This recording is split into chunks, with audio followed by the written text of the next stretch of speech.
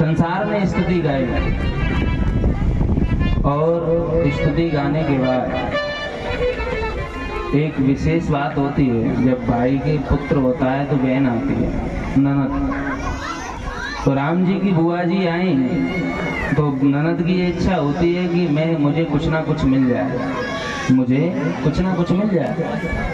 तो ये सोच रही थी कि मैं माता कौशल्या के पास जो 9 लगा हार है मैं उसको लूंगी, मन में विचार कर रही थी। तो कलयुग में ननद और बासमय त्रेता में ननद में बहुत अंतर है। कलयुग में ननद को न लगते जी तो यूँ समझो कि सांप नहीं पूरी है।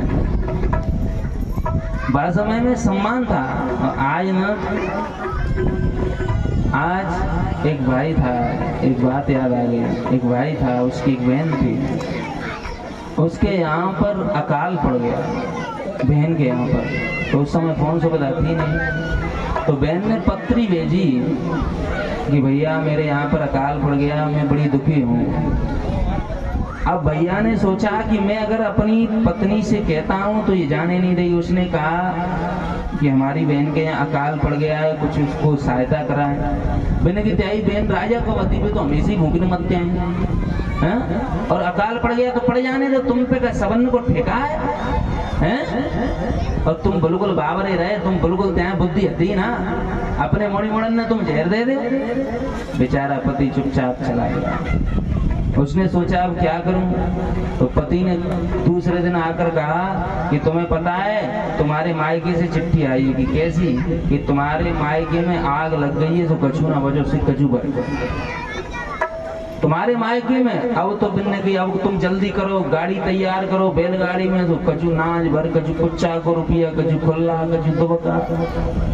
अब पूरी गाड़ी भरती सामान से। अब तुम मायके हमारे जल्दी आओ, सहायता करके आओ।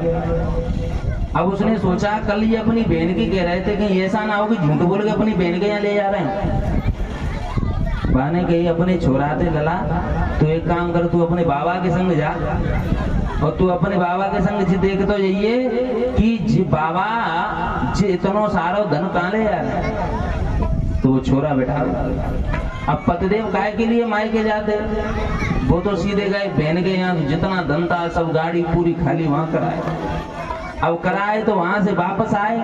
जब वापस आए तो वह छोरा की मैया ने पूछी, वह व्यक्ति की पत्नी ने, बेटा जी बता तेरे बाबा कहाँ ले गए ये गाड़ी को? तो वो छोरा बोलो, अम्मा बाबा तो बुआ के यहाँ गया। अब तो बने की आए जा नाच मटे ने गया और हमें कुछ आगो जो पैसा आता तो इससे को वहीं पट गया। अब तो वे ले खटपाटी पढ़ रही हैं, खटपाटी लेके पढ़ रही और कहने लगी अब तो हम बहुत बीमार हैं, हमसे कुछ नहीं हो रहा। तुम एक काम करो, तुम अपनी बहन को बुला लो, कछु दिन के लिए सारो लग जाओ, तुम्हारे लिए रोटी पानी बना देंगे, और हम तो बीमार, हमसे कुछ नहीं होगा। पति समझ गया, बुद्ध जी भी था, आज जैसा नहीं था, बुद्ध जी भी था। पति ने कही जी बहन को कचूना बुला रही सारे खिलाए।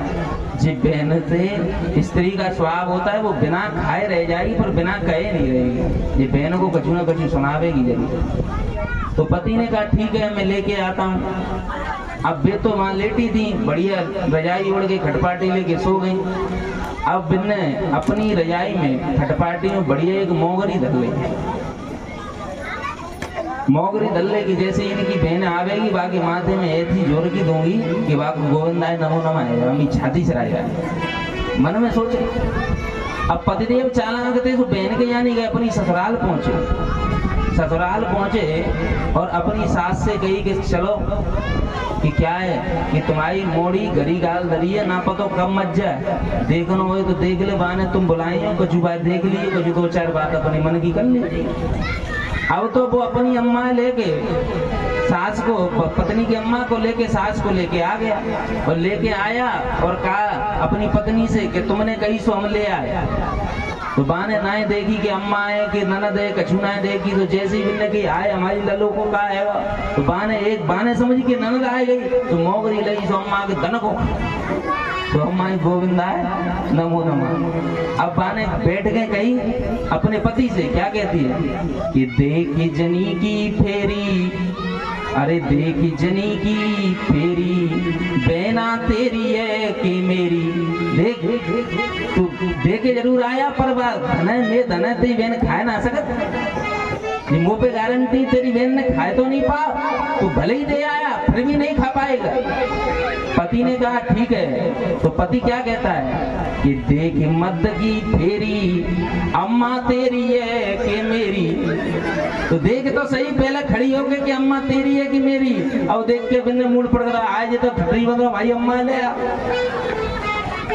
तो जो बुद्धिजीवी व्यक्ति होता है वो कैसे भी बात बना लेता है। तो वहां पर आज भगवान माता कौशल्या ने अपनी ननद को नौलखा हार दिया, पर यहाँ पर कोई ऐसा नहीं है। ये तो हम दूसरी जगहों की बात सुनाते रहते हैं, नहीं को अपने दिल पे ले या कि ननद की बहुत कह रहे हैं पड़ी। तो बढ़िया। उसके बाद भगवान के नामकरण संस्कार हुआ। वो कहते हैं इनके नाम अनेक अनूपा मेन रप कैव सुमत अनुरूपा। इनके नाम रखे गए। सबसे बड़े राम जी, भरत जी, लखनलाल, शत्रुघ्न, चारों भाइयों का नामकरण संस्कार हुआ। उसके बाद विश्वामित्र जी चारों भाइयों को ले गए।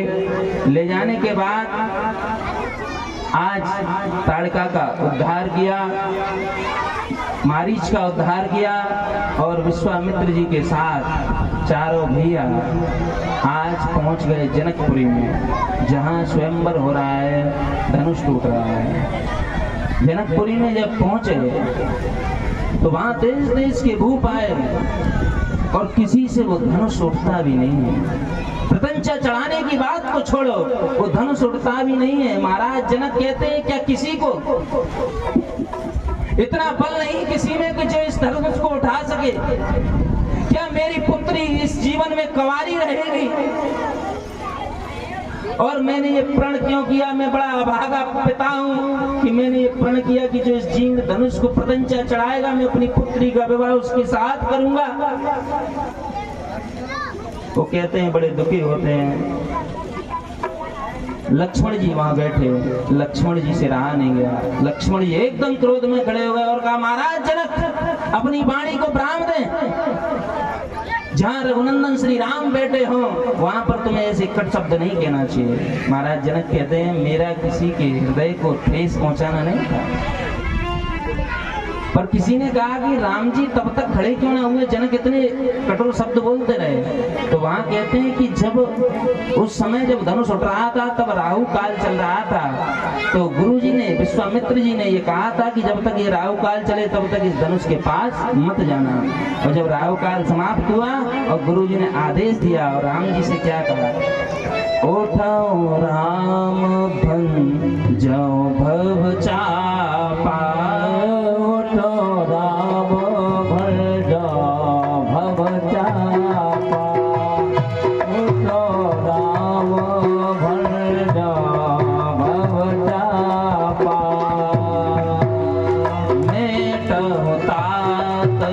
जनक परितापा, मैं जो सब जनक परितापा।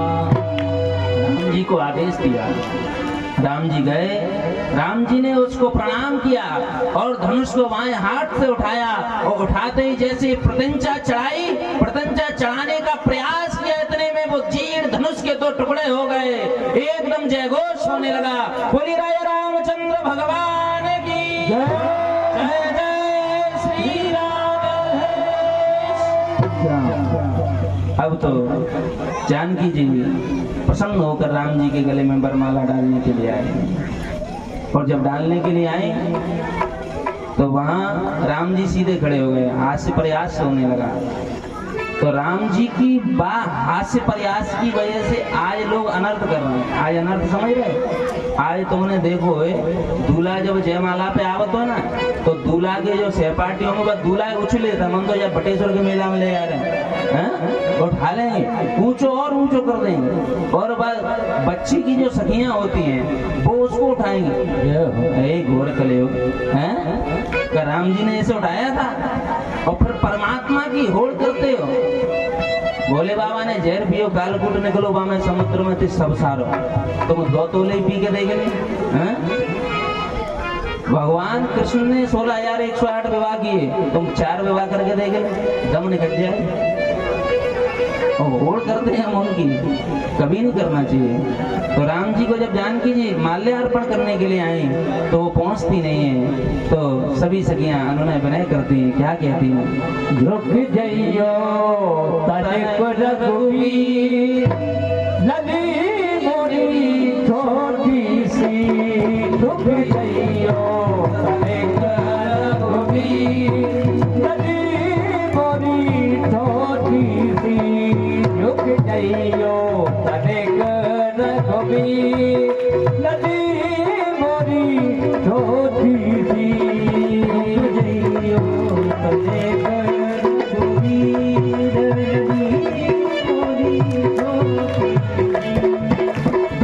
कब से खड़े पग दुखन लागे, कब से खड़े पग दुखन लागे।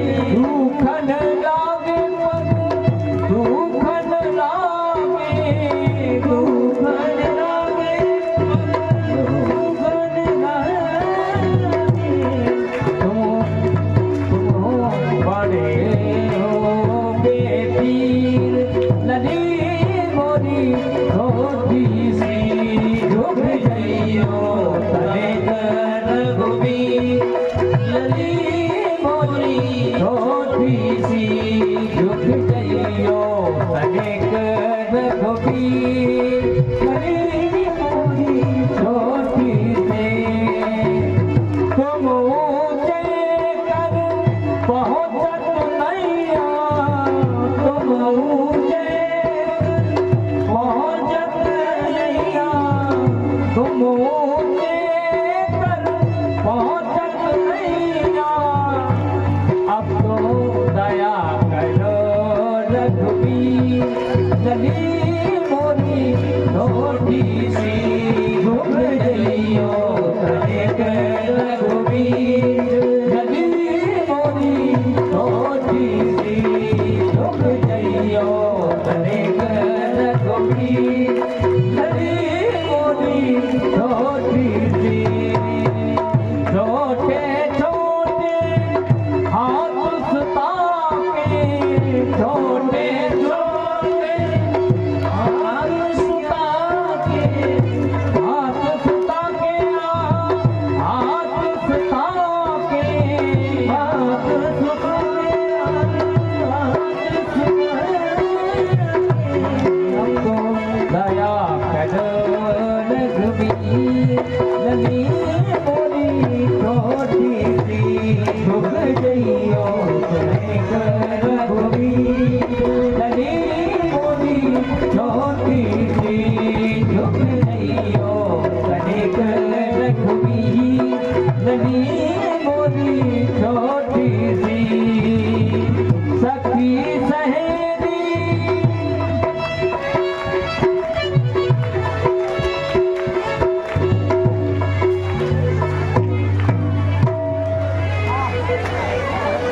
दस मिनट का विराम है, थोड़ी बारिश का प्रकोप है, ये व्यवस्था करना।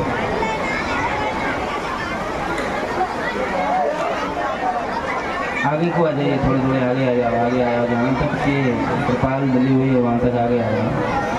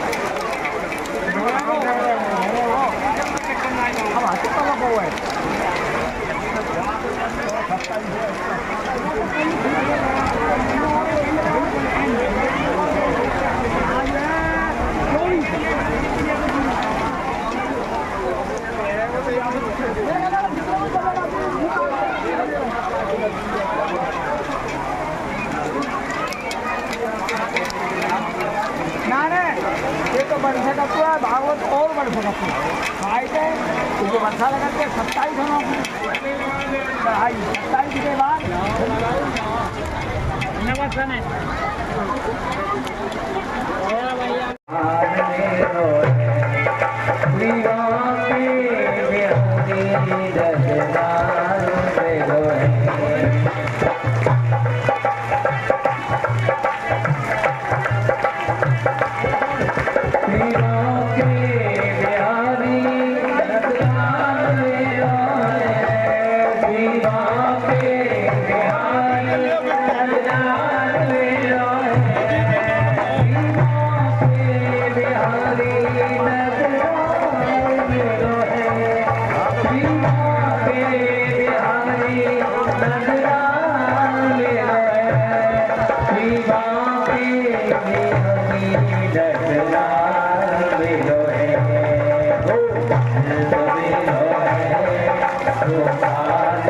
Oh,